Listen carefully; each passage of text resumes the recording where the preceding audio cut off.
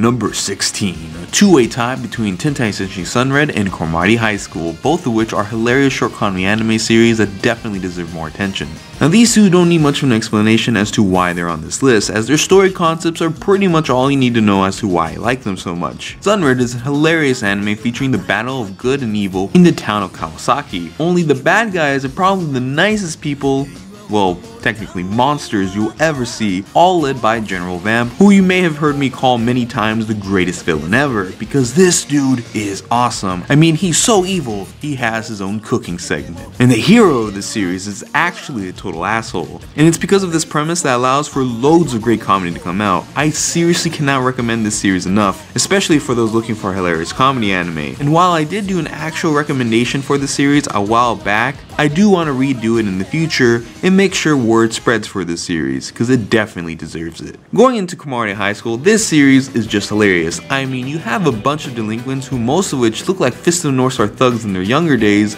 along with a robot, gorilla, and fucking Freddie Mercury, all together in a high school just doing random things. This along with an awesome English dub, and you have one of the most hilarious animes I've ever watched. Number 15. Another two-way tie between Kaiba and Kemonozume. Now expect to see a lot of animes directed by Yuasa Masaki on this list, as he is one of my favorite directors.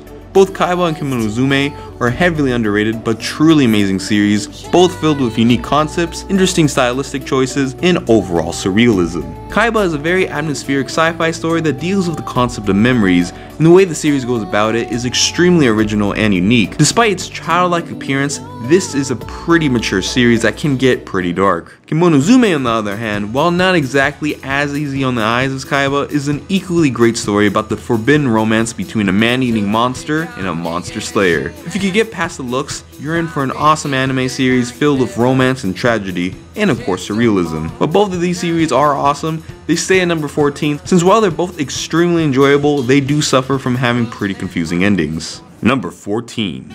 Bakano.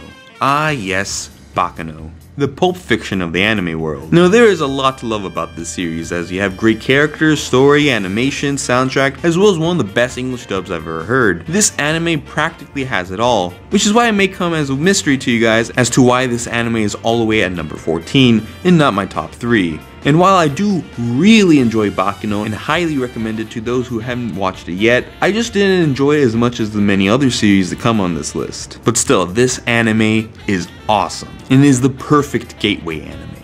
Number 13. Arakawa Under the Bridge. If there was ever anything that would make you want to do something as crazy as live under a bridge, it would be this series. Now, I'm not a huge fan of romantic comedies, however this series was just love at first sight. What really makes this series great is its large cast of characters who are probably the most unique and quirky cast of characters you can ask for, as you have a literal rock star, a gun-wielding sister who isn't really a sister, a Yakuza Birdman, and so many others. However, the best character is without a doubt Nino, my waifu. But seriously, Nino is just awesome, and she's just so uniquely weird, you just can't help but get taken in by her. And of course, with a crazy cast of characters like this, there is bound to be comedy, and oh boy does this series deliver. I've rewatched this series a couple times, and it never fails to make me laugh. However, I just wish we had another season. I mean, come on Shaft, enough with the Monogatari and Madoka Magica stuff, and just get back to Arakawa.